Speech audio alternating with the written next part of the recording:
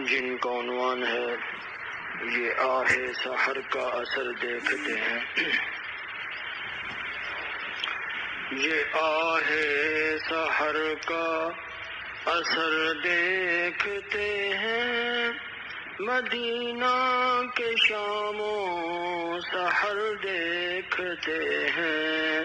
یہ آہ سحر کا اثر دیکھتے ہیں، مدینہ کے شام و سحر دیکھتے ہیں. جسے آپ کا باخبر دیکھتے ہیں، اسے غیر سے بے خبر دیکھتے ہیں. یہ آہ سحر کا اثر دیکھتے ہیں، مدینہ کے شام و سحر دیکھتے ہیں. غلامی سے تیری غلاموں کا رتبہ، غلامی سے تیری غلاموں کا رتبہ، ملائک سے بھی فوق تر دیکھتے ہیں. ملائک سے بھی فوق تر دیکھتے ہیں. تجلی جو ہے سبز گنبد پہ ہر دم، تجلی جو ہے سبز گنبد پہ ہر دم، اسے رشک شمس و قمر دیکھتے ہیں. اسے رشک شمس و قمر دیکھتے ہیں. یہ آہ سحر کا اثر دیکھتے ہیں، مدینہ کے شام و سحر دیکھتے ہیں. مدینے کا جغرافیہ دیکھ کر ہم، مدینہ کا جغرافیہ دیکھ کر ہم، عجب حال قلب و جگر دیکھتے ہیں. عجب حال قلب و جگر دیکھتے ہیں. تصور میں آتا ہے جب سبز گنبد، تصور میں آتا ہے جب سبز گنبد، تو ایمان کو گرم تر دیکھتے ہیں. تو ایمان کو گرم تر دیکھتے ہیں. یہ آہ سحر کا اثر دیکھتے ہیں، مدینے کے شام و سحر دیکھتے ہیں. بفرط محبت بشوق نظر ہم، بفرط محبت بشوق نظر ہم، مدینہ کے دیوار و در دیکھتے ہیں. مدینہ کے دیوار و در دیکھتے ہیں. ابو بکر و فاروق و عثمان حیدر، ابو بکر و فاروق و عثمان حیدر، تصور میں ہم ان کے گھر دیکھتے ہیں. تصور میں ہم ان کے گھر دیکھتے ہیں. یہ آہ سحر کا اثر دیکھتے ہیں، مدینہ کے شام و سحر دیکھتے ہیں. جو روزہ پہ حاضر صلاتی ہوئے ہیں، جو روزہ پہ حاضر صلاتی ہوئے ہیں، تو بندار زیر و زبر دیکھتے ہیں. تو بندار زیر و زبر دیکھتے ہیں. جو جالی پہ صلی علی کہہ رہے ہیں، جو جالی پہ صلی علی کہہ رہے ہیں، اے اختر انہیں چشم تر دیکھتے ہیں، جو جالی پہ صلی علی کہہ رہے ہیں، اے مظہر انہیں چشم تر دیکھتے ہیں، یہ آہ سحر کا اثر دیکھتے ہیں، مدینہ کے شام و سحر دیکھتے ہیں، یہ آہ سحر کا اثر دیکھتے ہیں، مدینہ کے شام و سحر دیکھتے ہیں۔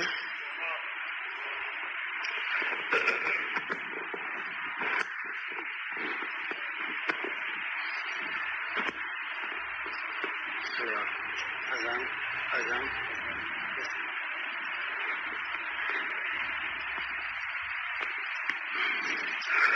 الحمد لله وكفى وسلام على عباده الذين اصطفى أما بعد فأعوذ بالله من الشيطان الرجيم بسم الله الرحمن الرحيم من كان يريد العاجلة عجلنا له فيها ما نشاء لمن نريد ثم جعلناها له جهنم يصلاها مذموما مدحورا ومن أراد الآخرة وسعى لها سعيها وهو مؤمن فأولئك كان سعيهم مشكورا كلا نمد هؤلاء وهؤلاء من عطاء ربك وما كان عطاء ربك محظورا قال رسول الله صلى الله عليه وسلم إنما الأعمال بالنيات آمنت بالله صدق الله العظيم وصدق رسول النبي الكريم ونحن على ذلك من الشاهدين والشاكرين والحمد لله رب العالمين۔ یہ عالم عیش و عشرت کا، یہ دنیا کیف و مستی کی، یہ عالم عیش و عشرت کا، یہ دنیا کیف و مستی کی، بلند اپنا تخیل کر یہ سب باتیں ہیں پستی کی، یہ جہاں در اصل ویرانہ ہے گو صورت ہے بستی کی، بس اتنی سی حقیقت ہے فریب خواب ہستی کی کہ آنکھیں بند ہوں اور آدمی افسانہ بن جائے، کہ آنکھیں بند ہوں اور آدمی افسانہ بن جائے، لطف دنیا کے ہیں کئے دن کے لیے، لطف دنیا کے ہیں کئے دن کے لیے، کھو نہ جنت کے مزے ان کے لیے، کھو نہ جنت کے مزے ان کے لیے، تو نے یہ کیا اے دل تو بس سمجھ اے ناداں، تو نے گل دیے تن کے لیے، تو نے گل دیے پھول دیے تن کے لیے، رہ کے دنیا میں بشر کو نہیں زیب غفلت، موت کا دیہان بھی ہر آن ہے کہ لازم رہے، جو بھی آتا ہے دنیا میں قضا یہ کہتی ہے، میں بھی پیچھے پیچھے چلی آتی ہوں ذرا دیہان رہے۔ اللہ جل شانہ نے قرآن کریم میں متعدد مقامات پر آخرت کی پختگی، پائیداری اور دنیا کی بے ثباتی کو بہت تفصیل کے ساتھ بیان کیا۔ سورہ نساء کی ان آیات کے اندر سورہ بنی اسرائیل کی ان آیات کے اندر اللہ جل شانہ فرماتے ہیں من کان یرید العاجلۃ عجلنا له فیما نشاء لمن نرید، کہ جو اپنے نیک اعمال کے ذریعے سے دنیا ہی کا فائدہ چاہے، عمل تو کرے لیکن نیت خالص اللہ کے لیے نہ ہو، اللہ کی رضا کے لیے اس کا عمل نہ ہو، من کان یرید العاجلۃ، جو دنیا ہی کے لیے عمل کرے، عجلنا له فیہا ما نشاء، ہم جس کو چاہیں گے جتنا چاہیں گے دے دیں گے۔ اپنے نیک عمل کے ذریعے دنیا کا طلبگار ہے، مالک فیکٹری کے اندر نماز کے لیے آ رہا ہے، اب نماز کو خوب لمبا کرتا ہے تاکہ مالک دیکھے تو میری ترقی ہو جائے۔ اللہ کہتا ہے کہ میں جس کو چاہوں گا جتنا چاہوں گا، نیک عمل کے ذریعے دنیا طلب کر رہا ہے، میں جس کو چاہوں گا جتنا چاہوں گا دے دوں گا۔ لمن نرید ثم جعلناها له جہنم، پھر میں اس کو دوزخ میں داخل کروں، یصلاها مذموما مدحورا، وہاں ذلیل و خوار ہو کے داخل ہوگا۔ ومن اراد الاخرۃ، اور جو نیک عمل کرے کس کے لیے؟ اللہ کی رضا کے لیے، کہ اللہ کی رضا کا انعام، اللہ جب راضی ہوں گے تو خوشی میں مجھے جنت کی نعمتیں عطا فرمائیں گے۔ ومن اراد الاخرۃ، اگر آخرت کے لیے خالص کوئی نیک عمل کرے، وسعى لها سعيها، اور ایسی کوشش کرے جیسی کرنی چاہیے،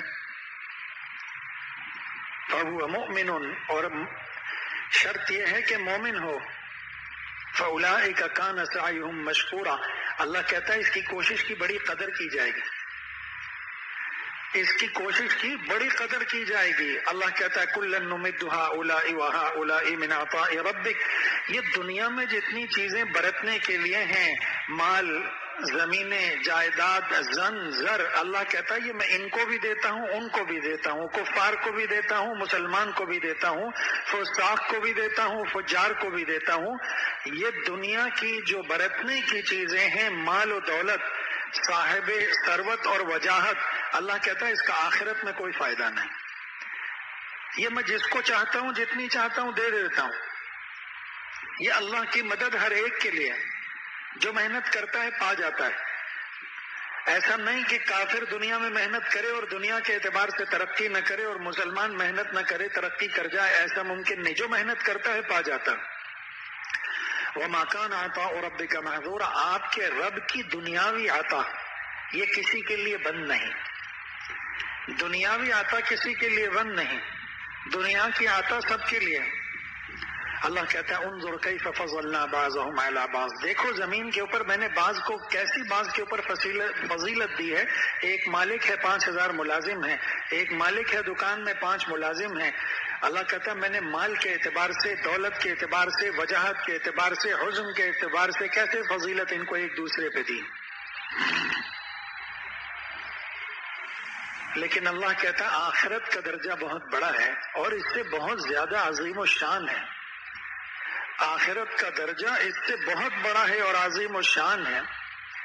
معلوم ہوا کہ نیک اعمال کی قبولیت کے لیے اللہ کے ہاں 4 شرطیں ہیں۔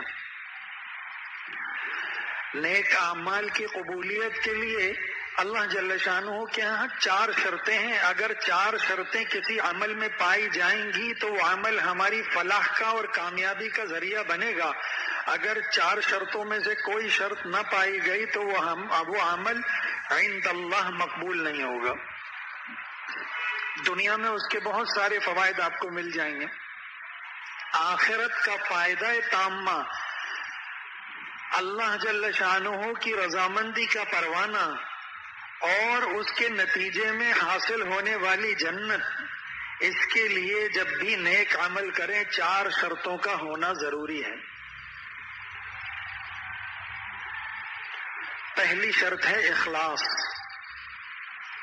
پہلی شرط کیا ہے؟ اخلاص۔ انما الاعمال بالنیات، اعمال کا دار و مدار نیت پر ہے۔ ہم جو نیک عمل کریں خالص اللہ کی رضا کے لیے کریں۔ خالص کس کے لیے کریں؟ اللہ کی رضا کے لیے کریں۔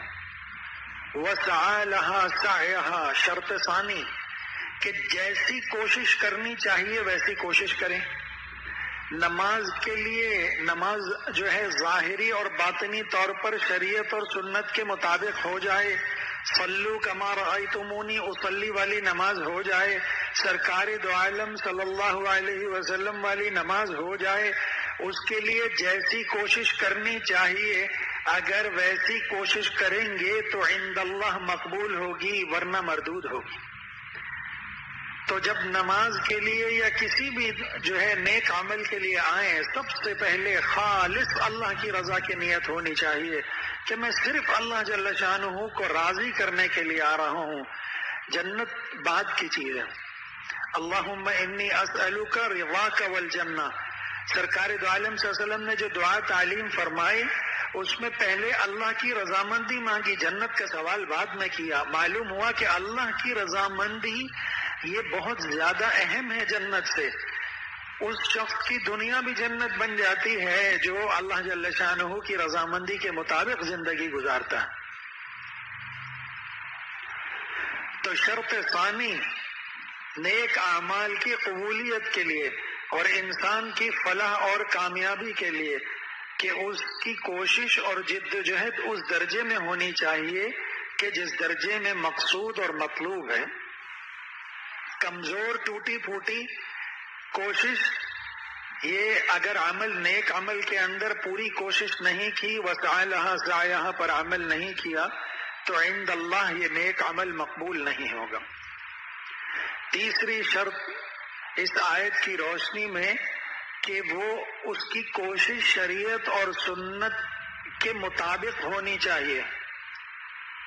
اگر کوئی عمل بدعت کا کر رہا ہے، اخلاص بھی ہے اور پوری کوشش کر رہا ہے، لیکن وہ عمل خلاف سنت ہے، وہ عمل بدعت میں شامل ہے، تب بھی اس کا یہ عمل قبول عند اللہ نہیں ہے، کیونکہ سرکار دو عالم صلی اللہ علیہ وسلم کے طریقہ کار کے مطابق نہیں۔ اگر ہمیں کسی سمت سفر کرنا ہو، سب سے پہلے ہمیں اس طرف جانے والے راستے کا صحیح تعین کرنا ہوتا ہے، اور اگر ہم صحیح تعین نہ کر سکیں تو پھر ہم منزل مقصود تک نہیں پہنچ سکتے۔ جس جگہ ہمیں جانا ہے ہمیں اس جگہ کا پہلے راستہ معلوم ہونا چاہیے۔ اگر غلط سمت میں چلے تو منزل مقصود سے دور ہوتے چلے جائیں، اگر سمت مخالف میں چلے تو منزل مقصود سے دور ہوتے چلے جائیں گے، منزل مقصود حاصل نہیں ہوگی۔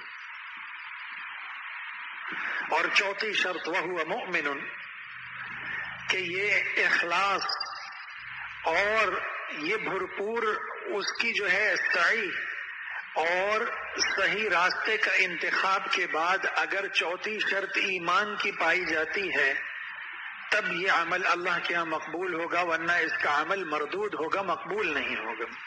پھر اس کی سعی کے اللہ کے ہاں بڑی قدر کی جائے گی۔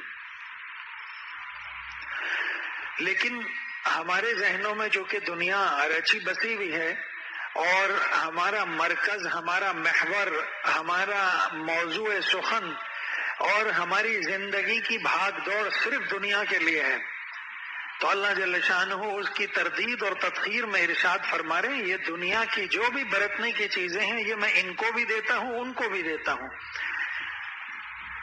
کسی کے پاس مال و دولت کو دیکھ کر آپ اس کی آخرت کے بارے میں اندازہ نہیں کر سکتے، اور کسی کے فقر و فاقہ کو دیکھ کے آپ اس کی آخرت کے بارے میں کوئی فیصلہ نہیں کر سکتے۔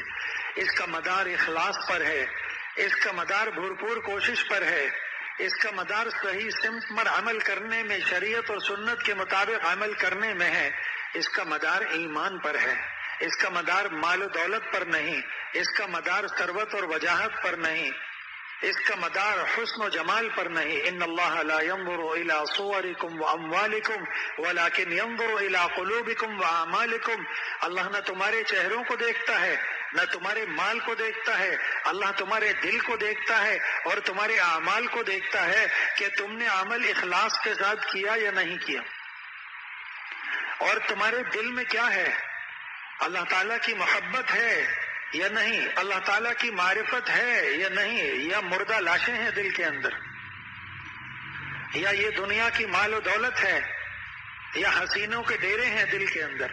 اللہ جل شانہ دل کو دیکھتے ہیں.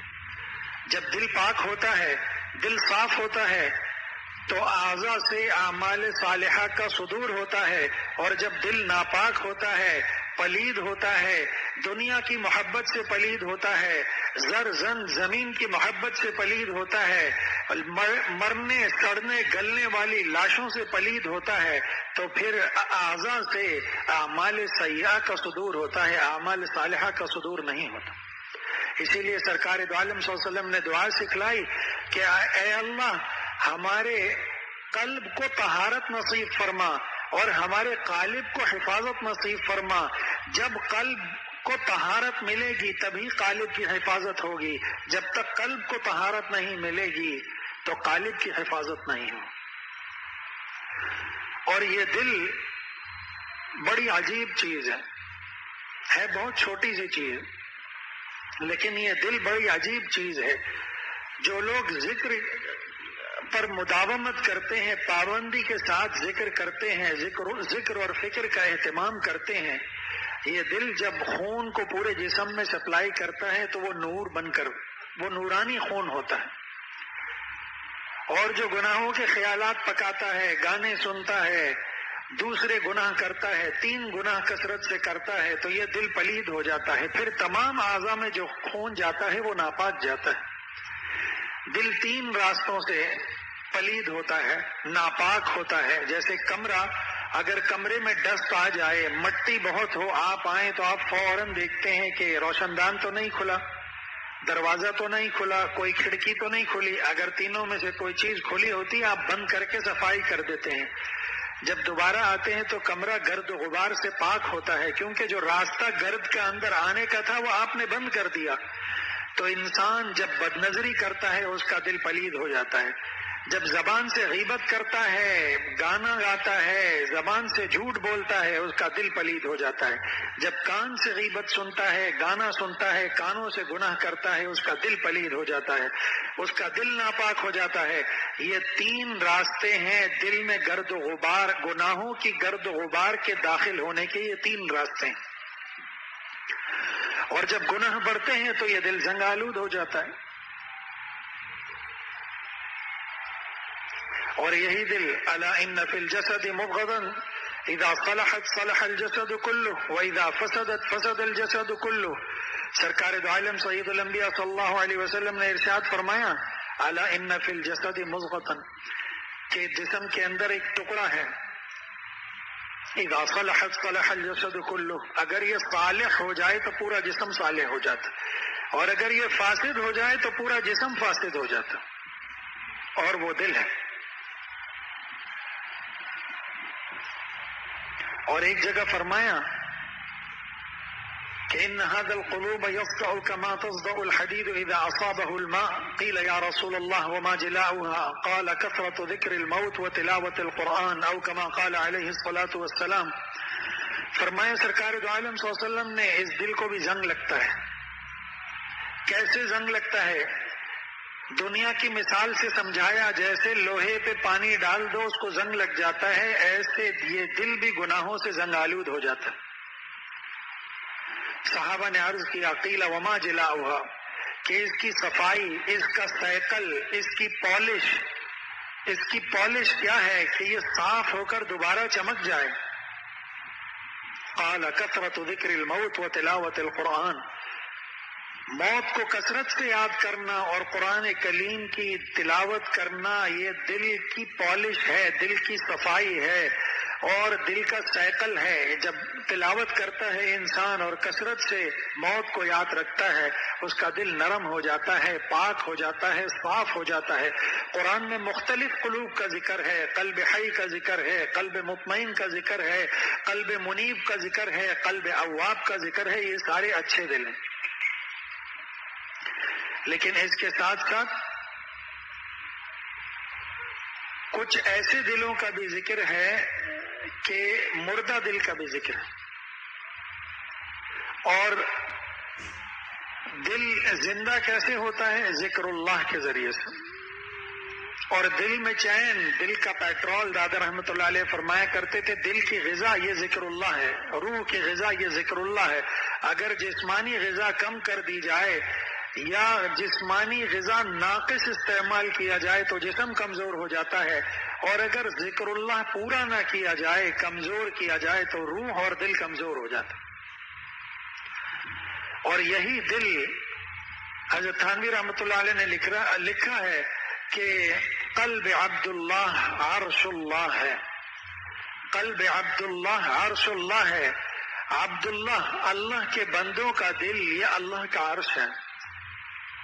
شرط یہ ہے کہ تم اس کو پاک اور صاف کر لو، اللہ جل شانہ تمہارے دل میں آ جائیں گے۔ وہ شاہ جو جس دل میں آئے ہے، وہ شاہ دو جہاں جس دل میں آئے ہے، مزے دونوں جہاں سے بڑھ کے پائے۔ لیکن حضرت نے لکھا ہے کہ یہ ذمہ داری تمہاری ہے، اگر اللہ چاہے تو اپنے گھر کو خود پاک و صاف کر دیں، لیکن یہ دل ہمیں دیا ہے اللہ نے۔ شرط اللہ نے یہ رکھی ہے پاک تم کرو گے اور اپنی شان کے مطابق میں اس کے اندر اپنا گھر بناؤں گا۔ یاد رکھیں کہ جب کوئی مہمان آتا ہے تو ہمارے لیے ادنا درجہ یہ ہے کہ ہم اپنے گھر کو صاف ستھرا رکھیں۔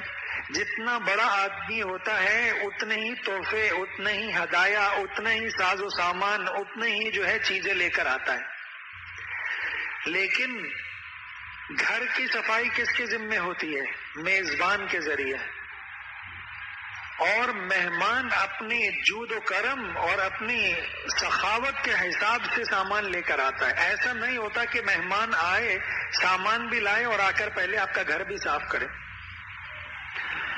تو یاد رکھیں کہ جب ہم اپنے دل کو دنیا کی محبت سے آزاد کر لیں گے اور دنیا کے مال و اسباب سے آزاد کر لیں گے، اللہ جل شانہ کی محبت غالب ہو جائے گی، دنیا کی محبت مغلوب ہو جائے گی اور دنیا کی تمام چیزوں کی محبت مغلوب ہو جائے گی۔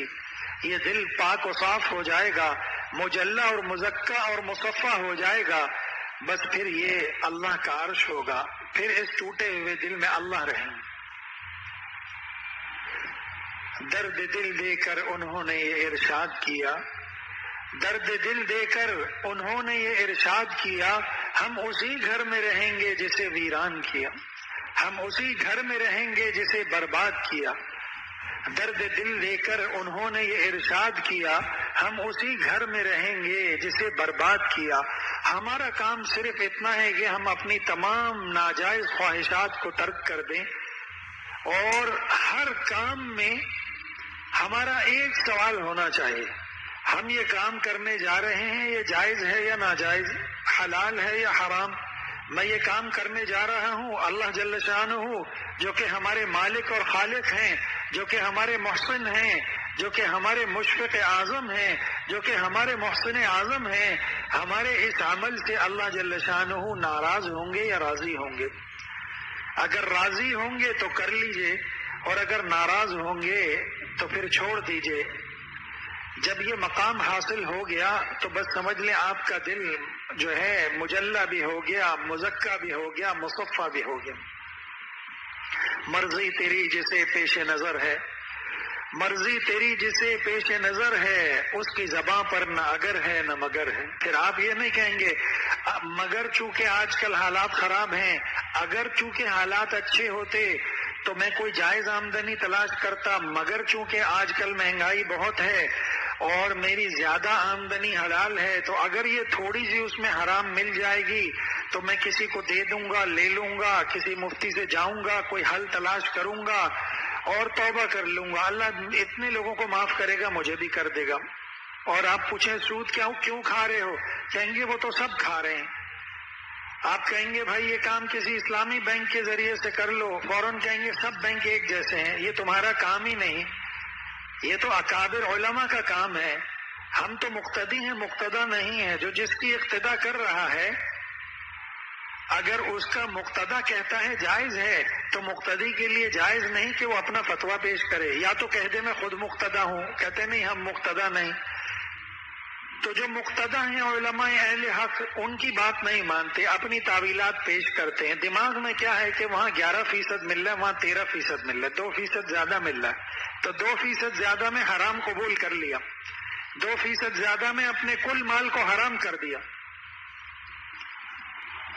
تو جب تک حلال اور حرام کی تمیز پیدا نہیں ہوگی، جب تک جائز اور ناجائز کی تمیز پیدا نہیں ہوگی، جب تک عقائد شریعت کے مطابق نہیں ہوں گے، جب تک اعمال شریعت اور سنت کے مطابق نہیں ہوں گے، جب تک اخلاق رذیلہ ختم نہیں ہوں گے، ہم اپنے آپ کو اخلاق حمیدہ سے متصف نہیں کریں گے، جب تک ہمارے معاملات ٹھیک نہیں ہوں گے، جب تک ہماری معاشرت ٹھیک نہیں ہوگی، ہم پورے دین پر عمل کرنے والے نہیں بنیں گے۔ ہم نے دین کو کل صرف 5 وقت کی نماز پر منحصر کر دیا، حج کر لیا، حاجی صاحب ہو گئے، مسجد میں آتے جاتے ہیں، نماز پڑھتے ہیں، بس نمازی ہو گئے۔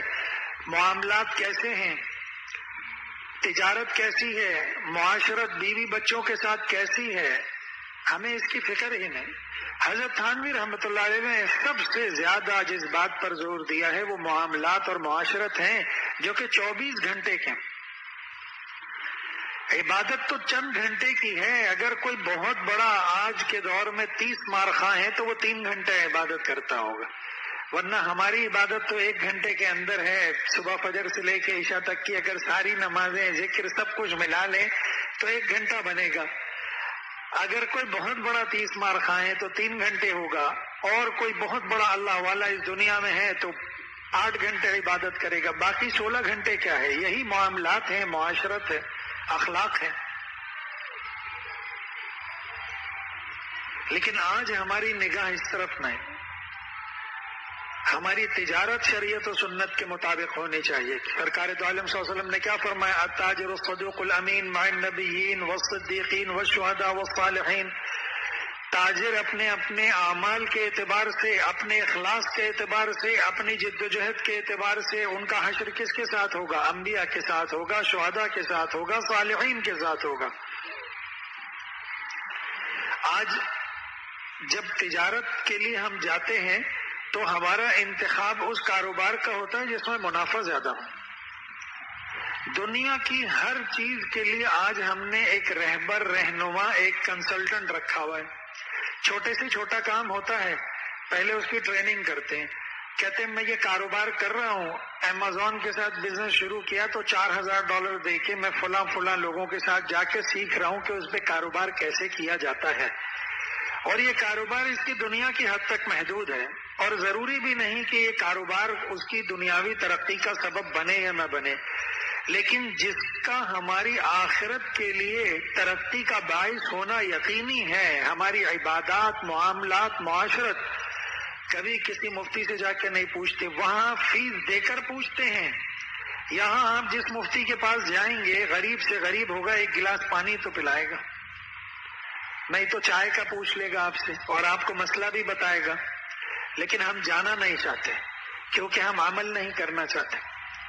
جائیں گے، پوچھیں گے، اس نے بتا دیا کہ یہ کام ایسے کرنا جائز نہیں، تو ہمیں رکنا پڑے گا۔ تو ہم نے اپنے ذہنوں میں اس کا آسان حل یہ نکالا ہے کہ نہ دینی مجالس میں جانا ہے، نہ مفتیان کرام کے پاس جانا ہے فتویٰ پوچھنے کے لیے، نہ علماء کے پاس جانا ہے مسائل پوچھنے کے لیے۔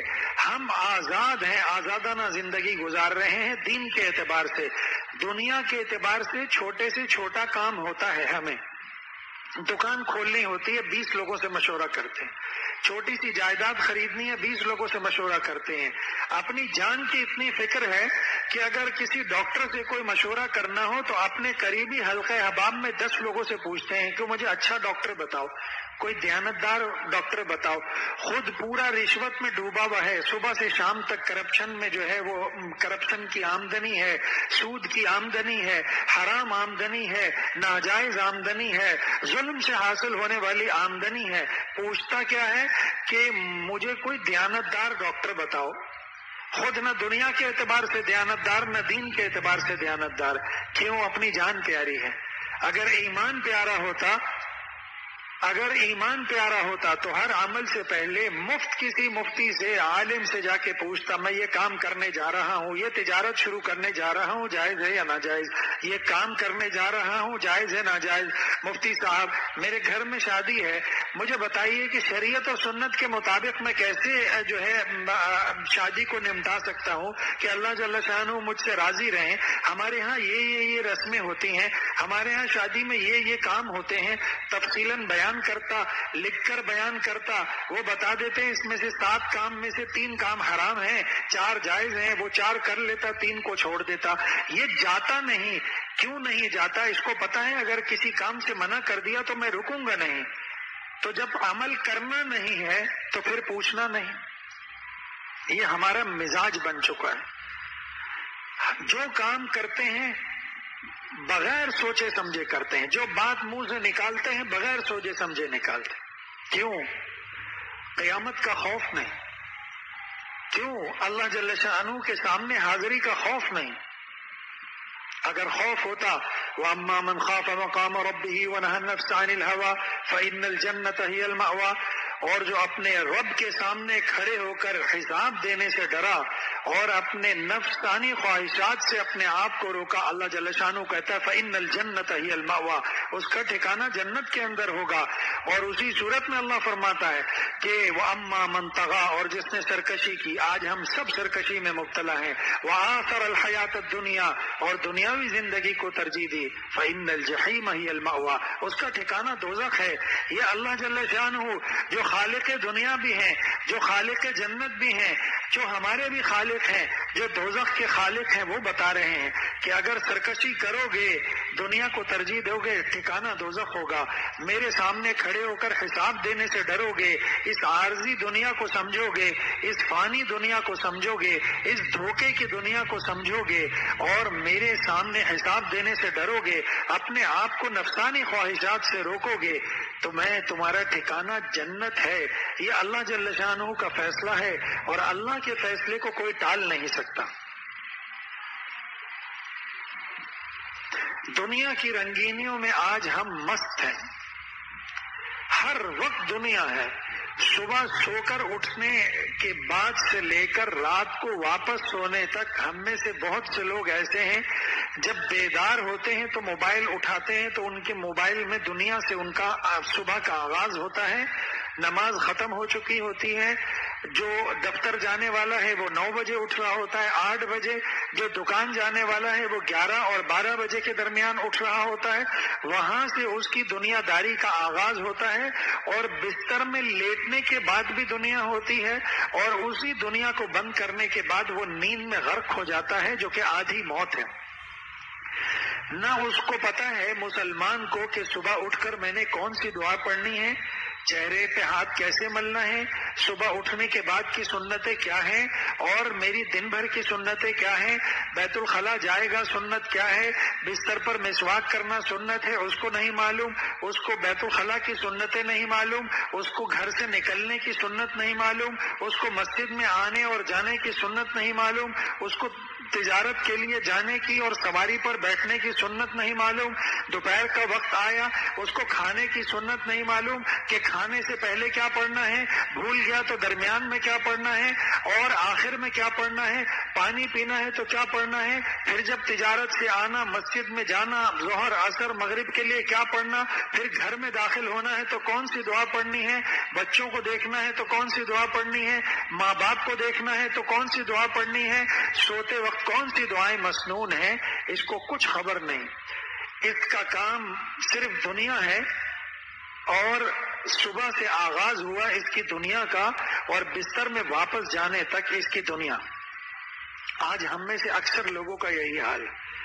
پہلے جمعے کی نماز میں لوگ آیا کرتے تھے، اب وہ تعداد بھی کم ہو گئی، اب عید والے بھی ہیں اور عید والے بھی اب کم ہوتے جا رہے ہیں۔ عید والے بھی کیا ہے، کم ہوتے جا رہے ہیں، ارتداد تیزی سے پھیل رہا ہے۔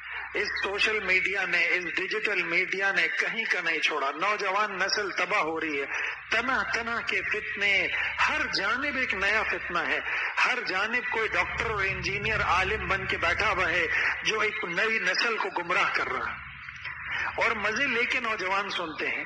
حالانکہ ان سے کہو کہ تم نے اس انجینئر سے قرآن تو پڑھنا شروع کر دیا. تم ایک کام کرو، اب مسجد کے امام صاحب سے جب بیمار ہو تو دوا لکھوا لینا. یہ بولے گا میں پاگل ہوں جو میں مسجد کے امام سے دوا لکھواؤں گا. تم کو گھر بنوانا ہے تو مولوی صاحب سے نقشہ بنوا لینا. کہے گا میاں مولوی صاحب کا کام دین پڑھانا ہے، یہ میں انجینئر سے بنواؤں گا. تو تمہارے اندر اتنی عقل نہیں، تم دین سیکھنے کے لیے انجینئر کے پاس جا رہے ہو، دین سیکھنے کے لیے ڈاکٹر کے پاس جا رہے ہو. جب دنیا کی باری آتی ہے تو تمہارے اندر پوری عقل موجود ہوتی ہے. جب دین کی باری آتی ہے تو تمہیں سمجھ نہیں آتا کہ ہم نے دین لینا کس سے.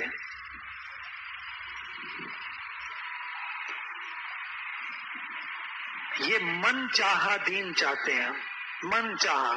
ایک مرض اور ہے آج ہمارے اندر، ہم مفتی تلاش کرتے ہیں وہ جو ہماری مرضی کا فتویٰ دے. ایک مفتی نے بتا دیا کہ بھائی یہ مسئلہ اس طرح ہے، جائز نہیں، کہیں گے میں دوسرے سے پوچھتا ہوں، شاید وہ کوئی گنجائش نکالے. اب یہ مسئلہ تھوڑا تھوڑا بدلتے ہیں. جو نئے نئے دین کی طرف آتے ہیں، نئے نئے خانقاہوں میں آتے ہیں، نئے نئے تبلیغی جماعتوں میں جاتے ہیں، ان سے روزانہ کا واسطہ پڑتا ہے. جب یہ آ کے پوچھتے ہیں کوئی ایسا مسئلہ کہ جس میں علماء کی رائے مختلف ہو، یہ جب تک اپنی مرضی کا فتویٰ نہ نکالے یہ چھوڑتا نہیں ہے، کسی نہ کسی مفتی کے پاس جاتا رہتا ہے. اب اس مفتی نے بتایا اگر تھوڑا سا آپ ایسے کر لیتے تو گنجائش نکل آتی. پھر یہ اگلے مفتی سے جب پوچھتا ہے تو تھوڑا سا بدل کر پوچھتا ہے مسئلہ. یہ جب تک مرضی کا فتویٰ نہ لے لیں یہ مفتی کا پیچھا نہیں چھوڑتا. آج اس مفتی کے پاس، کل اس مفتی کے پاس، پرسوں اس مفتی کے پاس. حالانکہ جو آپ کا روحانی مربی ہو، آپ کے مفتی ہو، آپ کا جو ہے وہ دینی مربی ہو، دنیا میں آپ جس سے مشورہ کرتے ہیں وہ ایک آدمی ہونا چاہیے. دنیا میں تو ایک رکھتے ہیں، دین میں نہیں رکھتے. کیوں؟ کہ من چاہا دین چاہیے. اور آج لوگ بدعات میں کیوں مبتلا ہو رہے ہیں؟ کیا وجہ ہے بدعات کی طرف جانے کی؟ فلاں دن آؤ، فلاں کام کرو، سارے گناہ معاف، جنت یقینی. فلاں دن آؤ، اتنے ارب نیکیاں، فلاں کام کر لو، اتنے کھرب نیکیاں. ہر فرقے نے اپنی اپنی نکالے. کتنے گناہ کیے ہیں بتاؤ جی، تعداد بتائی کہ یہ کیا، پورے سال میں یہ کیا، حساب کتاب لگایا، بتایا اتنے لاکھ روپے ہماری جمع کرا دو صدقہ، اللہ کا غصہ ٹھنڈا ہو جائے گا، سب معاف. ہمیں وہ دین چاہیے جو دنوں پر مشتمل ہو. روزانہ والا دین نہیں چاہیے. سال میں 2-4 دن بتا دیں بس کہ اس دن آنا، یہ نماز پڑھ لینا، 2 رکعت جب حرم جانا فلاں وقت میں فلاں طریقے سے، اس میں یہ پڑھنا، سبحان ربی العظیم کے بعد یہ پڑھنا، سجدے میں سبحان ربی الاعلیٰ کے بعد یہ پڑھنا. پورے سال کی نماز ہو گئے. اچھے لوگ پڑھ رہے ہیں نماز.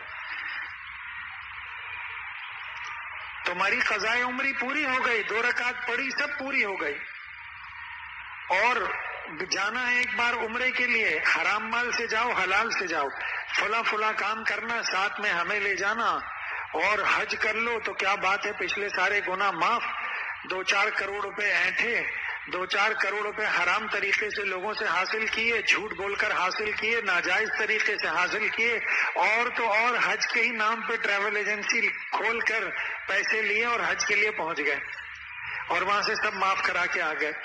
اور نہیں تو نوٹ اچھالے اوپر کہ یا اللہ جو رکھنے رکھ لے، باقی واپس کر دے، تو پورے ہی آ کے ہاتھ میں گرے، سب آپ کے ہو گئے. خانہ کعبہ پہ لگا دیے، لے جا کے اپنی چیک بک، جتنے چیک لکھے آئندہ کے لیے، اپنا کریڈٹ کارڈ بھی لگا دیا، سارے جتنے پیسے پورے سال استعمال ہوں گے سب معاف. ایسے بے چین ہوتے ہیں جو بہت زیادہ رشوت لیتے ہیں. ہمارے مشاہدے میں وہ رمضان میں ایسے بے چین ہوتے ہیں کہ اگر وہ حرمین نہ پہنچے تو بہت بڑا گناہ ہو جائے گا. اگر انہوں نے مکے مدینے میں اعتکاف نہیں کیا تو بہت بڑا، کہتے ہیں پورے سال کے گناہ معاف ہو جاتے. آ کر نئے سرے سے کھاتا کھولتے، نیک لوگوں کو تلاش کرتے ہیں کہ کس سے جو ہے کام پھنسا ہوا ہے، اس سے حرام طریقے سے مال حاصل کیا جائے. یہ آج ہمارے معاشرے کا ایک بہت بڑا المیہ ہے جس سے ہم روز 2-4 ہوتے ہیں، دیکھتے ہیں. صرف اللہ تعالیٰ کی عظمت کی کمی ہے. ہم نے اللہ تعالیٰ کو پہچانا نہیں. ہم نے اللہ تعالیٰ کی پیدا کی ہوئی دوزخ کا مراقبہ نہیں کیا. اگر جنت اور دوزخ کا مراقبہ کرتے اور غور و فکر کرتے، ذکر و فکر کرتے، اللہ والوں کے پاس جاتے، اللہ تعالیٰ کی معرفت حاصل کرتے، اللہ تعالیٰ کی محبت حاصل کرتے، تو اللہ تعالیٰ کے احکامات کی کامل اطاعت بھی نصیب ہو جاتی. چونکہ معرفت حاصل نہیں، اس لیے عظمت حاصل نہیں. اور جب عظمت حاصل نہیں تو محبت حاصل نہیں، اور جب محبت حاصل نہیں تو احکامات پر اطاعت نہیں۔ یاد رکھیں ڈنڈے کے زور پر کام زیادہ دن تک نہیں چلتا۔ بچپن میں ہم بچوں کو مارتے ہیں نماز کے لیے چلو، تو جب تک ماریں گے وہ جائے گا، آپ سفر پہ جائیں گے وہ کہے گا آج ابا گئے ہوئے چھٹی، سکون سے سوئیں گے۔ کیوں؟ ہم ڈنڈے سے لے جا رہے ہیں، ہم اللہ کا تعارف نہیں کرا رہے، ہم اس کی تربیت نہیں کر رہے، ہم اس کے دل میں اللہ کی محبت پیدا نہیں کر رہے، ہم اس کو اللہ والوں کے پاس لے کر نہیں جا رہے کہ جو کیفیت احسانیہ ان کے دل میں ہے، جو اللہ کی معرفت ان کے دل میں ہے، جو اللہ کی محبت ان کے دل میں ہے، وہ اس کے دل میں منتقل ہو جائیں۔ پھر آپ کو نہیں اٹھانا پڑے گا، یہ آپ کو اٹھا کے لے کے جائے۔ پھر نماز کے لیے آپ کو کہنا نہیں پڑے گا، یہ لے کے جائے گا۔ پھر جب آپ کوئی غلط کام کر رہے ہوں گے یہ ٹوکے گا۔ پھر یہ کام کا بن جائے گا، پھر یہ کس کا بن جائے گا؟ کام کا بن جائے گا۔ آپ کا بھی فرما بردار ہو جائے گا اور اللہ کا بھی فرما بردار ہوگا۔ جب دینی تربیت نہیں کی بچے کی، اب طرح طرح کی پریشانیاں، ہر کام میں روک ٹوک، ادھر مت جاؤ، ادھر مت کرو، یہ نہیں کرو، فلاں دوست سے نہیں ملو، فلاں نہ کرو، لیکن جو اصل کام ہے وہ کرنے کے لیے تیار نہیں، رجوع اللہ کے لیے تیار نہیں، بزرگوں کے پاس لانے کے لیے تیار نہیں، صحبت اہل اللہ میں لے جانے کے لیے تیار نہیں۔ دادا رحمۃ اللہ علیہ فرمایا کرتے تھے کہ جیسے دو تالابوں کے درمیان ایک راستہ بنا دیا جائے تو جو مچھلیاں پہلے تالاب میں ہوتی ہیں وہ دوسرے تالاب میں منتقل ہو جاتی ہیں۔ تو فرماتے تھے کہ جو لوگ اللہ والوں کے پاس جاتے ہیں ان کے دل کے اندر جو معرفت اور محبت اور جو ان کے دل کے اندر کیفیت احسانیہ ہوتی ہے وہ غیر محسوس طریقے سے دوسرے لوگوں میں منتقل ہو جاتی ہے۔ جو چین و سکون ان کے دل میں ہوتا ہے، جو خشیت الہیہ ان کے دل میں ہوتی ہے، جو معرفت الہیہ ان کے دل میں ہوتی ہے، وہ معرفت، وہ خشیت اس کو بھی حاصل ہو جاتی ہے، وہ محبت الہیہ اس کو بھی حاصل ہو جاتی ہے۔ اور پھر مثال سے سمجھایا کرتے تھے کہ بہت سی چیزوں کے ملاپ کے لیے جسمانی ملاپ ضروری نہیں ہوتا۔ کہتے تھے دیکھو دو لائٹیں جل رہی ہیں، ان کا جسم تو نہیں ملا نا، الگ الگ جگہ جل رہی ہیں، لیکن روشنی دونوں کی ملی ہوئی ہے یا نہیں؟ کہتے تھے کوئی بتا سکتا ہے کہ اس بلب کی روشنی یہاں تک جا رہی ہے، یہاں ختم ہو گئی اور یہاں سے دوسرے بلب کی روشنی شروع ہو گئی؟ کوئی نہیں بتا سکتا۔ تو فرماتے تھے کہ جب تم اللہ والوں کے پاس جاتے ہو تو تمہارا ٹمٹماتا و کمزور سے ایمان کا ایک چراغ ہے، اور اللہ والوں کے پاس اللہ تعالیٰ کی محبت، معرفت، درد دل، اور اس کی وجہ سے ان کے دل میں ایک سورج طلوع ہے اللہ کی محبت کا۔ اس کی روشنی جب تمہارے دل میں پڑتی ہے تو اس کی برکت سے تمہیں اپنے موٹے موٹے گناہ کے علاوہ چھوٹے چھوٹے گناہ بھی نظر آ جاتے ہیں۔ پھر تمہارے اندر فکر پیدا ہو جاتی ہے اس کو نکالنے کی۔ اور مثال سے سمجھایا کرتے تھے کہ دیکھو ایک کمرہ ہے، اندھیرے میں آپ برساں برس سے اس کے اندر مقیم ہیں، لیکن آپ کو نہیں پتا کہ اس میں کیا ہے۔ ایک دن کوئی ایک دوست آپ کا آیا، اس نے لائٹ جلائی تو آپ نے دیکھا اس میں 5-6 سانپ ہیں، 10-12 بچھو ہیں، چند چیزیں۔ آپ بھاگ کر باہر آئیں گے یا نہیں؟ اور ڈنڈا لائیں گے اور پہلے خود مارنے کی کوشش کریں گے۔ اگر آپ سے قابو میں آ گیا، سب مار کے پھینک دیا تو ٹھیک، نہیں تو کسی کو مدد کے لیے بلائیں گے۔ تو دادا رحمۃ اللہ علیہ بھی اور میرے شیخ اول محی سنہ حضرت والا ہردوئی رحمۃ اللہ علیہ بھی فرمایا کرتے تھے جب اللہ والوں کے پاس جاؤ گے، سنتوں پر عمل کرو گے، ایک نور پیدا ہوگا۔ اس نور کے اندر تمہیں دل میں اپنے سارے گناہ نظر آئیں گے، کبر کا بت نظر آئے گا، غصے کا بت نظر آئے گا، جاہی بت نظر آئیں گے، باہی بت نظر آئیں گے، تمہیں اپنے اخلاق رذیلہ نظر آئیں گے، بخل کا بت نظر آئے گا، کینہ کا بت نظر آئے گا، حسد کی لاش نظر آئے گی تمہیں اپنے دل کے اندر۔ جب تمہیں نظر آئے گی تو تم اس کے نکالنے کی فکر کرو گے۔ تم خود نکالو گے نہیں نکلے گا، تم کسی اللہ والے کے پاس جاؤ گے اور کہو گے مجھے کوئی تدبیر بتائیں، میرا دل ان غلاظتوں سے پر ہے، میرے دل کے اندر حسد بھی ہے، بغض بھی ہے، کینہ بھی ہے، میرے دل کے اندر شرک کا مادہ بھی ہے، میرے دل کے اندر غصے کا مرض بھی ہے، مجھے تدابیر بتائیں۔ وہ تدبیر بتائے گا، آپ کے لیے دعا کرے گا، آپ اس پر عمل شروع کریں گے، ایک ایک بت آپ کے دل سے نکلتا جائے گا۔ کچھ عرصے کے بعد ایسا وقت آئے گا کہ آپ کا دل پاک و صاف ہو جائے گا۔ پھر آپ بزبان حال یہ شعر پڑھیں گے، تو نے کیا سے کیا شوق فراوا کر دیا، پہلے جا پھر جانے جا پھر جانے جانا کر دی۔ تو تو نے کیا سے کیا شوق فراما کر دیا، پہلے جاں پھر جانے جاں پھر جانے جانا کر دی۔ لیکن ہم اللہ والوں کی صحبت میں جانے سے بھی اسی لیے گھبراتے ہیں کہ جائیں گے تو گناہ چھوڑنے پڑیں گے۔ دادا رحمۃ اللہ علیہ فرمایا کرتے تھے گناہ چھوڑنے نہیں پڑیں گے، گناہ چھوٹ جائیں گے، اور تم گناہ چھوڑ کر خوش ہوگے۔ گناہ چھوڑنے نہیں پڑیں گے، گناہ چھوٹ جائیں گے اور آپ خوش ہوں گے۔ فرماتے تھے ایک آدمی رشوت لے کر نکلا ہے اور جا رہا ہے گھر کی طرف، اور ایک اپنے دماغ میں منصوبہ بنا رہا ہے کہ آج فلانے ہوٹل میں بچوں کو کھانا کھلاؤں گا اور فلاں ضروریات پوری کروں گا، اور پیچھے سے ایک دوست آ کے کہے پیچھے سے ID لگی ہوئی ہے، پولیس والے آ رہے ہیں، گرفتار کریں گے، 3 سال کی جیل ہوگی، صبح اخبار میں تصویر آئے گی تمہاری۔ تو پوچھتے تھے کہ وہ جو رشوت کا مال ہے وہ فوراً گٹر میں پھینکنے کے بعد خوش ہوگا، وہ پھینکے گا یا پھینکنا پڑے گا، یا خود خوشی خوشی پھینکے گا؟ فرماتے تھے خوشی خوشی پھینکے گا، اپنی عزت کو بچانے کے لیے۔ جب اللہ والوں کے پاس جائیں گے تو گناہ چھوڑیں گے نہیں، گناہ خود بخود چھوٹ جائیں گے، اور گناہ چھوڑنا آسان نہیں، مزیدار ہو جائے گا۔ اور پھر ایک وقت ایسا آئے گا کہ وہ بندہ کہ جس کا کوئی صبح کوئی شام ایسی نہیں ہوتی تھی کہ جس میں وہ گناہ نہ کرتا ہو، جس میں وہ بدنظری نہ کرتا ہو، جس میں وہ جھوٹ نہ بولتا ہو، جس میں وہ غیبت نہ کرتا ہو، پھر ایسا وقت آئے گا اہل اللہ کی صحبت کی برکت سے کہ گناہ کرنا اس کو پہاڑ توڑنے سے زیادہ سخت کام معلوم ہو۔ گناہ کرنے میں اس کو موت آئے گی، پہلے گناہ چھوڑنے میں موت آتی تھی، جب اللہ کی معرفت حاصل ہو جائے گی تو گناہ کرنے میں موت آئے گی۔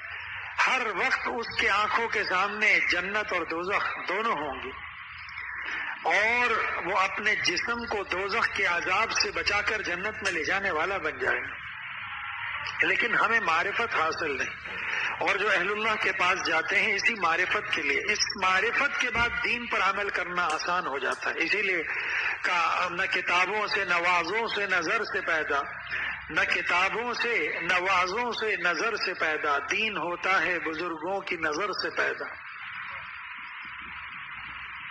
ہمیں صرف اللہ کی معرفت حاصل ہوتی، صرف ہمارے دل میں روشنی آتی، بس کام بن جاتا۔ یہ آگ لگتی نہیں، لگائی جاتی ہے۔ دادا رحمۃ اللہ علیہ فرمایا کرتے تھے ایک سینہ بسینہ ایک خانہ بخانہ۔ عشق اور آگ دونوں ایسی چیز ہیں کہ ایک خانہ بخانہ ہوتی ہے۔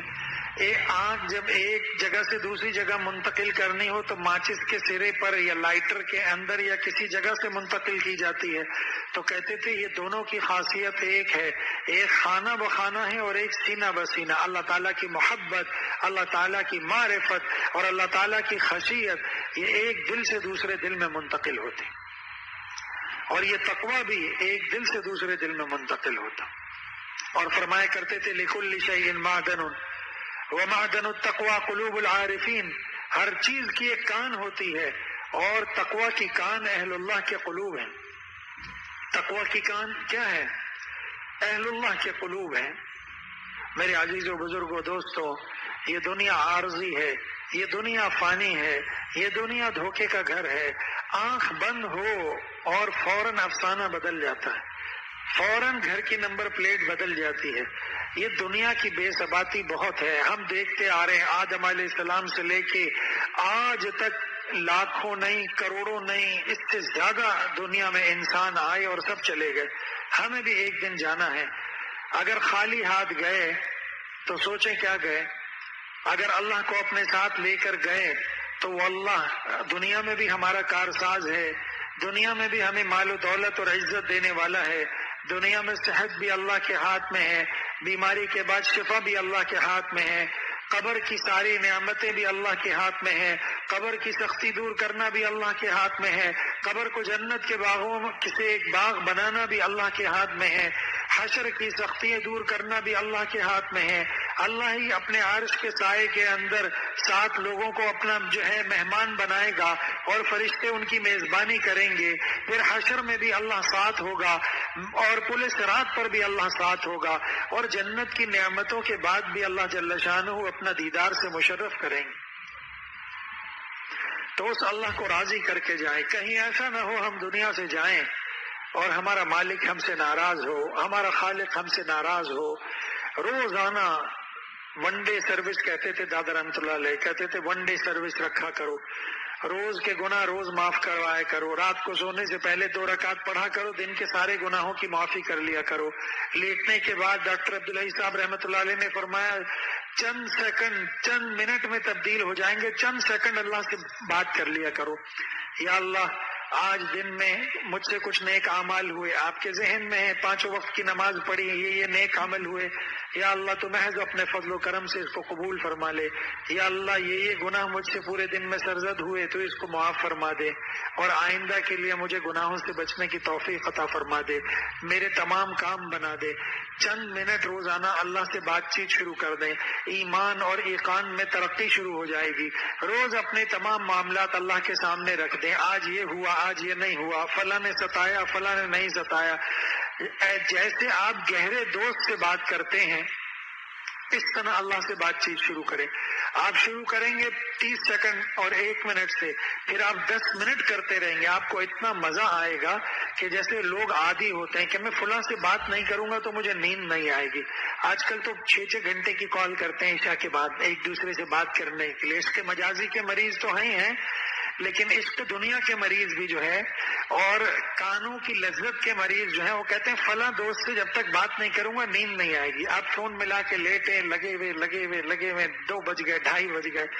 یہ پیکج تو اسی لیے نکالے گئے نا کہ پوری رات کالی کریں، جو تہجد کا وقت ہے وہ کالا کریں، لڑکے اور لڑکیاں آپس میں حرام عشق کریں، اور وہ جو ہے وہ اس میں بات کرتے رہیں، ماں باپ پر بھی بوجھ نہ ہو، سارا جو ہے وہ شیطانی نظام چلتا رہے۔ تو کچھ دیر اللہ جل شانہ سے بات کرنے کا معمول بنا لیں، روزانہ پابندی کے ساتھ بلا ناغہ کچھ دیر اللہ سے بات کریں، روز کے نیک اعمال کے اوپر شکر ادا کریں، اور جتنے مصائب آئے ان پر صبر کریں، اور روز اللہ سے جو ہے اپنے تمام کاموں کو اللہ کے سپرد کریں۔ یاد رکھیے جب تک امت نے اللہ کے سامنے رونا نہیں چھوڑا تھا، اپنے ہاتھ اللہ کے سامنے پھیلا رکھے تھے، سجدے میں رو رو کر اپنی ضروریات اللہ سے عرض کرتے تھے، اللہ نے کبھی دنیا کے سامنے ہاتھ پھیلانے کا موقع نہیں دیا۔ آج ہم نے اللہ کو ناراض کر رکھا ہے، ہم ہر کام کے لیے دنیا کی طرف دیکھتے ہیں۔ دادا رحمۃ اللہ علیہ فرماتے تھے یاد رکھو پیالے کی طرف زیادہ توجہ نہ دیا کرو، بڑا ہے چھوٹا ہے، ٹوٹا ہوا ہے، کس رنگ کا ہے، دینے والے کی طرف نظر رکھا کرو۔ فرماتے تھے یہ دنیا کے جتنے اسباب ہیں یہ سب پیالے ہیں، دنیا کے جتنے اسباب ہیں سب پیالے ہیں، دکان کھولی یہ پیالہ ہے، ملازمت شروع کی یہ پیالہ ہے، تجارت شروع کی یہ پیالہ ہے، دینے والا کون ہے؟ اللہ ہے۔ اگر تجارت دیتی تو سب کو دیتی، اگر ملازمت دیتی تو سب کو دیتی۔ فیکٹری میں 1000 ملازم ہوتے ہیں، 50 کی تنخواہ مالک کاٹ لیتا ہے، کام صحیح نہیں کیا، اور 950 کو تنخواہ مل جاتی ہے۔ اور کبھی کبھی ایسا ہوتا ہے 25 تاریخ کو بند کر دیتا ہے، میرے پاس پیسے نہیں ہے میں نہیں دے سکتا، کبھی کبھی 3 مہینہ تنخواہ نہیں ملتی۔ اگر تمہاری ملازمت دیتی تو تمہیں ہر مہینے برابر تنخواہ ملنی چاہیے، لیکن نہیں ملتی۔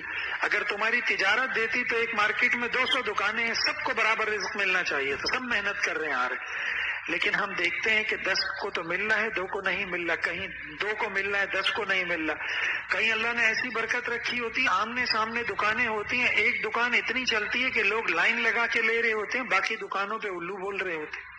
اللہ نے اس کے رزق میں لکھا ہوا ہے، اگر دکان دیتی تجارت دیتی تو سب کو دیتی، لیکن یہ اللہ دیتا ہے۔ تو فرمایا کرتے تھے کہ یہ سب اسباب دنیا میں جتنے بھی ہیں اسباب پر زیادہ نظر نہ کیا کرو، دوا کھاؤ سنت ہے علاج کرانا، لیکن نظر اللہ پر رکھو، اسباب پر نہیں رکھنا۔ دوا کھا کے یہ مت کہو کہ آج 950 روپے کی اینٹی بائیوٹک لے کے آیا ہوں، یہ تو ضرور کام کرے گی، بخار نہیں اتر رہا تھا تو باہر کی جو ہے وہ ٹائم میڈیکو سے جا کے آج پیناڈول لے کے آیا ہوں، اس سے تو فائدہ ہوگا ہی ہوگا، کچھ نہیں ہوگا۔ اگر اللہ نے لکھا ہے، اللہ نے اس کے اندر اثر رکھا ہے تو وہ کام کرے گی، نہیں رکھا تو نہیں کام کرے گی۔ تو فرمایا کرتے تھے پیالے مت ناپا کرو، پیالے مت دیکھا کرو، جو بھیگ دینے والا ہے اس کی طرف رجوع کرو۔ فرماتے تھے کہ کیل ٹھوک رہا ہے کوئی، اب آپ کیل کی پیمائش کریں کتنی چوڑی ہے، تیز آ رہی ہے، اندر آ رہی ہے، تکلیف بڑی ہو رہی ہے، کیل رکے گی؟ نہیں رکے گی، ہتھوڑی کیل پہ لگتی رہے گی۔ لیکن اگر ٹھوکنے والے سے آپ رابطہ کر لیں اور اس سے کہیں بھائی مجھے تکلیف ہو رہی آپ نہ ٹھوکیں، تو وہ کیل ٹھوکنا رک جائے گی یا نہیں؟ تو کیل کے بارے میں سوچنا اور ہتھوڑی کے بارے میں سوچنا، اس سے بہتر یہ ہے کہ ہم جو ہتھوڑی چلا رہا ہے اس سے فریاد کریں۔ بلائیں تیر اور فلک کما ہیں، بلائیں تیر اور فلک کما ہیں، چلانے والا شہ شہاں ہے، چلانے والا اللہ جل شانہ ہے، چلانے والا شہ شہاں ہے، اسی کے زیر قدم اما ہے اور کوئی مفر نہیں، اسی کے زیر قدم اما ہے اور کوئی مفر نہیں۔ آج ہماری شامت اعمال کے سبب کون سی مصیبت ایسی ہے کہ جو امت مسلمہ پر نہیں ہے؟ کون سی بیماری ہے جو نہیں آئی؟ کون سی قدرتی آفت ہے جو نہیں آئی؟ زلزلہ ہم پر آ رہا ہے، سیلاب ہم پر آ رہا ہے، وہ پانی جو رحمت کا مظہر ہوتا تھا غضب کا مظہر بن گیا ہماری شامت اعمال کی وجہ سے۔ آج کفار کے ہاتھوں کون سا دنیا کا ایسا علاقہ ہے جہاں مسلمان مظالم کا شکار نہ ہو؟ آپ برما کو دیکھ لیجئے، کشمیر کو دیکھ لیجئے، فلسطین کو دیکھ لیجئے، اور بے شمار ممالک ہیں جہاں ہمیں علم ہی نہیں۔ ہر جگہ مسلمان پریشان ہے، کہیں مال سے پریشان ہے، کہیں دنیا داری سے پریشان ہے، کہیں حکومت سے پریشان ہے، کہیں بیماری سے پریشان ہے۔ سبب صرف ایک ہے کہ اللہ جل شانہ ناراض ہے، اور اصلی سبب کی طرف رجوع کرنے کے لیے تیار نہیں۔ حضرت تھانوی رحمۃ اللہ نے لکھا ہے ہر چیز کے دو سبب ہوتے ہیں، ایک سبب اصلی، ایک سبب عارضی۔ آپ کو بخار ہے تو ڈاکٹر کے پاس جاتے ہیں، اگر کوئی نیم ڈاکٹر ہوگا تو آپ کو پیناڈول دے دے گا، صبح شام کھاؤ، کھاتے رہو، اور اگر صحیح ڈاکٹر ہوگا تو ٹیسٹ کرائے گا آپ کا کہ ڈینگی ہے تمہیں یا ملیریا ہے یا وائرل انفیکشن ہے، اور اس کے بعد اسی کے حساب سے دوا تجویز کرے گا۔ کہ سبب اصلی یہ ہے، اگر سردی سے بخار ہو رہا ہے تو کہے گا انڈے کی زردی کھاؤ، اندر رہو، ہیٹر میں رہو، باہر نہ نکلو، سردی لگ گئی ہے۔ گلا خراب ہے تو کہے گا بھائی تم نے ٹھنڈا پانی زیادہ پیا ہے، یہ سبب ہے بخار کا، اب ٹھنڈا پانی نہ پینا، گرم پانی پینا، گلے کی سکائی کرو، تمہارا بخار اتر جائے گا۔ تو وہ پیناڈول سے بخار اتارنے کی جو سبب عارضی ہے اس کے بجائے سبب اصلی کی طرف رجوع کرے گا۔ فرمایا آج ہم سبب اصلی بھول چکے ہیں، ہمارے ذہن میں صرف سبب عارضی ہے، اور علاج معالجے کے معاملے میں ہم ایک بہت بڑی غلطی میں مبتلا ہیں۔ محی السنہ ہمارے مرشد اول حضرت والا ہردوئی رحمۃ اللہ علیہ فرماتے تھے کہ آج امت علاج معالجے کے معاملے میں شریعت اور سنت کے مطابق عمل نہیں کرتی۔ فرماتے تھے بیمار ہوتے ہیں بے تحاشا ڈاکٹر کے پاس دوڑتے ہیں، فوراً ڈاکٹر کے پاس جاتے ہیں، نہیں جانا چاہیے۔ فرماتے تھے بیمار ہوئے ہو سب سے پہلے 2 رکعت پڑھ کے اللہ سے مانگو، یا اللہ یہ بیماری تو نے بھیجی ہے آپ اٹھا لیجئے اس کو۔ اس کے بعد سورہ فاتحہ پڑھو، آیات شفا پڑھو ساری، پڑھنے کے بعد پانی پہ دم کرو اور وہ پیو، یا اللہ اس کے اندر شفا یقینی ہے۔ وَنُنَزِّلُ مِنَ الْقُرْآنِ مَا هُوَ شِفَاءٌ وَرَحْمَةٌ لِّلْمُؤْمِنِينَ وَلَا يَزِيدُ الظَّالِمِينَ إِلَّا خَسَارًا فِيهِ شِفَاءٌ لِّلنَّاسِ مَا هُوَ شِفَاءٌ وَرَحْمَةٌ لِّلْمُؤْمِنِينَ وَإِذَا مَرِضْتُ فَهُوَ يَشْفِينِ۔ اور سورہ شفا سورہ فاتحہ پڑھو، دم کرو پیو، دم کرو پیو، اور پورے یقین کے ساتھ پیو کہ اللہ جل شانہ شفا عطا فرمائیں گے۔ اب بھی اگر بخار نہیں اترا پھر 2 رکعت پڑھو، یا اللہ جس ڈاکٹر کے ہاتھ میں تو نے شفا رکھی ہے مجھے اس تک پہنچا دے، اور اس کے دل میں وہ دوا ڈال دے کہ جس کے اندر تو نے میرے لیے شفا رکھی ہے۔ اب ڈاکٹر کے پاس جاؤ۔ ہم یہ ساری چیزیں ختم کرنے کے بعد بخار چڑھا، بیمار ہوئے، فوراً سبب کی طرف رجوع کیا، مسبب الاسباب کی طرف نہیں۔ فوراً پیالے کی طرف دیکھنا شروع کر دیا، نظریں ٹکی ہوئی ہیں، پیالے میں بھیگ ڈالنے والے کو نہیں دیکھ، جو شفا دینے والی ذات ہے اس سے رجوع نہیں کر رہے۔ آج کیا ہے، نئی نئی لیبارٹریاں بن رہی ہیں، روز ایک نیا ریسرچ سینٹر بنتا ہے، یہ فلاں بیماری کے خلاف ریسرچ کرے گا۔ آپ بتائیے جتنی تیزی سے اسپتال بن رہے ہیں، جتنی تیزی سے لیبارٹریز بن رہی ہیں، جتنی تیزی سے دواؤں کے کارخانے بن رہے ہیں، اس سے زیادہ تیزی سے بیماریاں پھیل رہی ہیں یا نہیں؟ اب تو آدمی کھانا کم لاتا ہے، مہینے میں ہر آدمی جب میڈیکل اسٹور سے نکلتا ہے تو پورے پوٹلے ہوتے ہیں اس کے۔ پہلے سنتے تھے کہ جب ہم بوڑھے ہوں گے دواؤں کے پڑے ہوں گے، اب تو جوان اس کو شوگر بھی ہے، بلڈ پریشر بھی ہے، نکل رہا یہ اماں کا تھیلا، یہ ابا کا تھیلا، یہ بھائی کا تھیلا، یہ بیوی کا تھیلا، اور یہ میرا تھیلا دواؤں۔ جب میڈیکل اسٹور سے نکل رہا ہے تو پہلے جیسے راشن لے کے نکلتا تھا، ایسے اس کے پاس دواؤں کا، ہم سب کے گھروں میں دواخانے ہیں. ہم اپنی الماریوں کو کھول کے دیکھیں کتنی دوائیں ہمیں ملیں گی. آج سے 20 سال پہلے اس کا تصور تھا؟ آج سے 20 سال پہلے اتنے گناہ نہیں تھے. آج گناہوں کی کثرت ہوئی، شامت اعمال کے سبب بیماریاں آ گئیں. اولاد نافرمان، ماں باپ کی قدر نہیں کرتی، ماں باپ کی عزت نہیں کرتی، ماں باپ کو جو درجہ قرآن کریم میں اللہ جل شانہ نے عطا فرمایا وہ نہیں دیتی. ولا تقل لهما اف ولا تنهرهما وقل لهما قولا کریما. اور کیا فرمایا کہ نہ اف کہنا ہے، نہ جھڑکنا ہے، کندھوں کو ہمیشہ ان کے سامنے جھکا کر رکھنا ہے. اور آپ نے کیا فرمایا سرکار دو عالم صلی اللہ علیہ وسلم نے؟ انت ومالک لابیک، تو اور تیرا مال دونوں تیرے باپ کا ہے. آج اولاد کیا کرتی ہے کہ میرا مال، باپ کی دکان پہ 4 دن جا کے بیٹھا، کہتا میری دکان، میرا حصہ کتنا ہوگا؟ ارے تو اور تیرا مال دونوں تیرے باپ کا ہے. کہتا باپ نے حصہ نہیں دیا، میں کیس کر دوں گا. ارے تمہارا حصہ بنتا نہیں، باپ کی مرضی زندگی میں جس کو چاہے دے، یہ میراث تھوڑی ہے. اب وکیلوں کے پاس چکر لگا رہے ہیں. آج دیندار طبقے کی بات کر رہا ہوں. وہ باپ کی عزت نہیں ہے جو ہونی چاہیے، وہ باپ کی قدر نہیں ہے جو ہونی چاہیے. نہ اللہ کی قدر کی، نہ رسول اللہ کی قدر کی، نہ کتاب اللہ کی قدر کی، نہ ماں باپ کی قدر کی. اللہ نے قرآن میں کہا وما قدر اللہ حق قدری، تم نے میری قدر جیسی کرنی چاہیے نہیں کی. نہ نبی کی قدر کی، نہ کتاب اللہ کی قدر کی. کیا کہیں گے سرکار دو عالم سید الانبیاء صلی اللہ علیہ وسلم کہ یا رب ان قوم اتخذوا هذا القرآن مہجورا، یہ تو قرآن کو میری قوم چھوڑ بیٹھی تھی، نہ تلاوت کرتی تھی، نہ ادب کرتی تھی، نہ اس کے احکامات کی مطابقت کرتی تھی. تینوں میں سے کوئی کام نہیں کرتی تھی میری قوم. کیا جواب دیں گے؟ تو ہر کام میں شریعت اور سنت پیش نظر ہونا چاہیے. ہر کام میں شریعت اور سنت پیش، کوئی کام ایسا نہیں ہونا چاہیے کہ جس میں پہلے ہم یہ نہ سوچیں کہ کام جائز ہے، ناجائز ہے، حلال ہے، حرام ہے، اس سے اللہ جل شانہ راضی ہوں گے نہیں ہوں گے. منہ سے جب کوئی کلمہ نکالے پہلے سوچیں یہ بات میں کرنے جا رہا ہوں کہیں یہ غیبت میں تو نہیں آتی، کہیں میرے اللہ ناراض تو نہیں ہوگا. ہوگا تو زبان بند کر لیجیے. من سکت نجا، خاموش رہیں گے نجات پا جائیں گے. جو لفظ منہ سے نکالیں گے سب کا حساب و کتاب ہوگا. ہر وقت قیامت کا منظر سامنے ہونا چاہیے، ہر وقت چیخ و پکار سامنے ہونی چاہیے. فَإِذَا جَاءَتِ الصَّاخَّةُ يَوْمَ يَفِرُّ الْمَرْءُ مِنْ أَخِيهِ وَأُمِّهِ وَأَبِيهِ وَصَاحِبَتِهِ وَبَنِيهِ لِكُلِّ امْرِئٍ مِّنْهُمْ يَوْمَئِذٍ شَأْنٌ يُغْنِيهِ. اس دن تو ایسا حال ہوگا کہ باپ بیٹا، بیٹا باپ، بھائی بھائی، میاں بیوی، بیوی شوہر، کسی کو کسی کی خبر نہیں ہو. اور اس دن کتنے ہی چہرے تر و تازہ ہوں گے، ضاحکۃ مستبشرہ، ہنستے ہوئے مسکراتے ہوئے ہوں، اور کتنے ہی چہروں کے اوپر اس دن سیاہی ہوگی.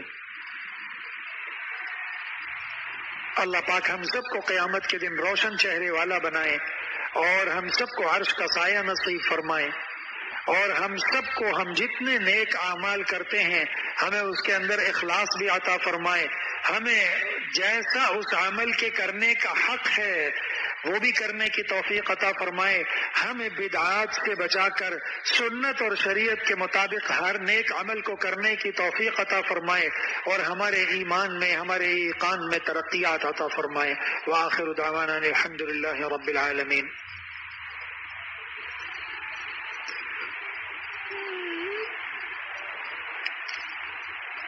الحمد لله رب العالمين والعاقبة للمتقين والصلاة والسلام على سيد المرسلين نبينا محمد وعلى آله وصحبه أجمعين.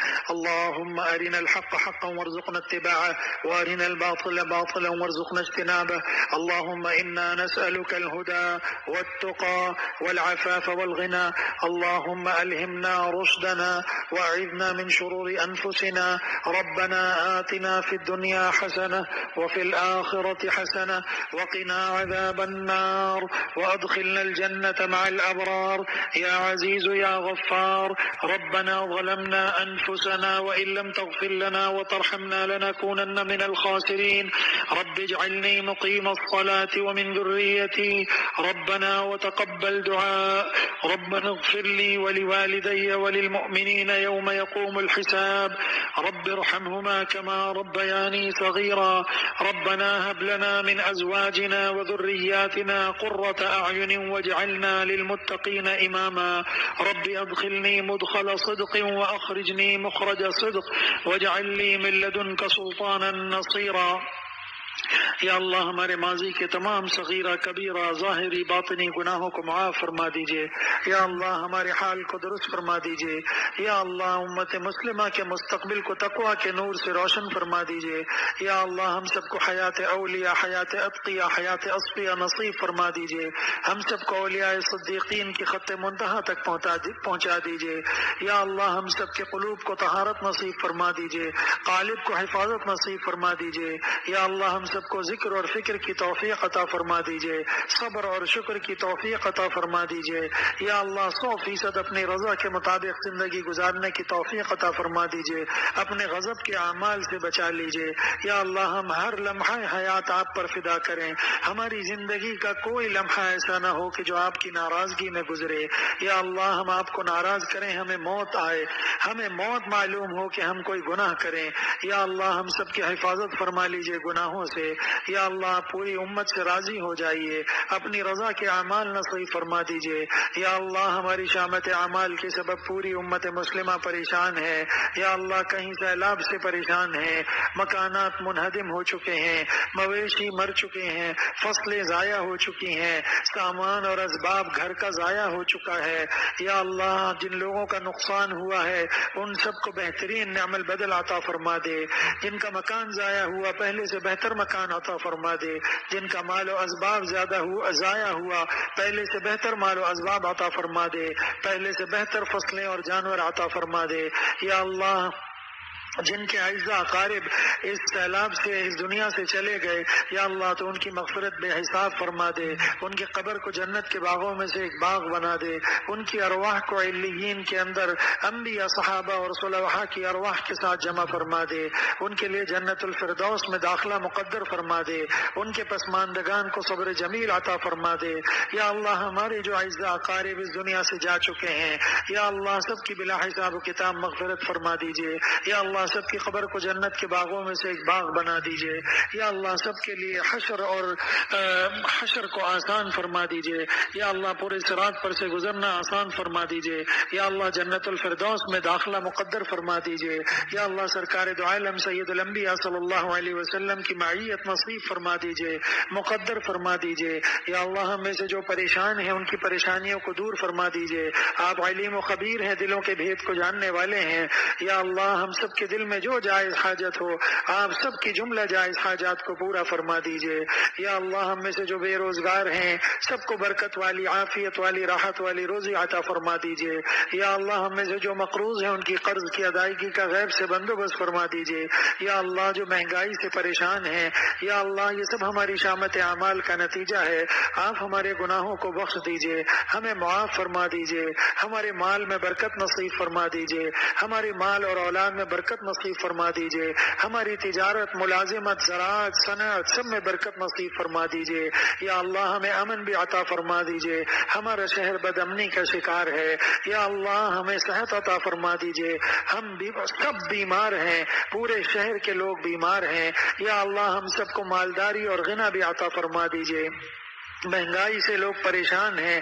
یا اللہ مالوں میں برکت عطا فرما دیجئے، دونوں جہان کی نعمتیں عطا فرما دیجئے، دونوں جہان کی نعمتیں عطا فرما دیجئے۔ اے مالک دو جہاں، دونوں جہان کی نعمتیں عطا فرما دیجئے، ہم سب کو اپنی ذات پاک عطا فرما دیجئے۔ تجھ سے کوئی کچھ مانگتا ہے، الہی میں تجھ سے طلبگار تیرا، جو تو میرا تو سب میرا، فلک میرا زمین میری، جو ایک تو نہیں میرا تو کوئی شے نہیں میری۔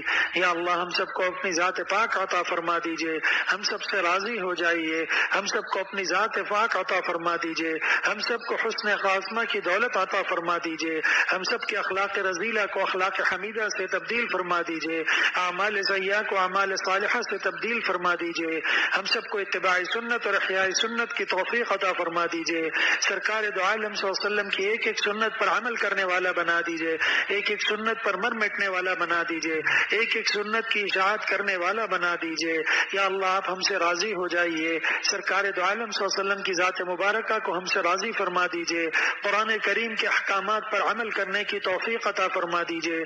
وصلی اللہ تعالی علی خیر خلقہ محمد وعلی آلہ واصحابہ اجمعین برحمتک یا ارحم الراحمین۔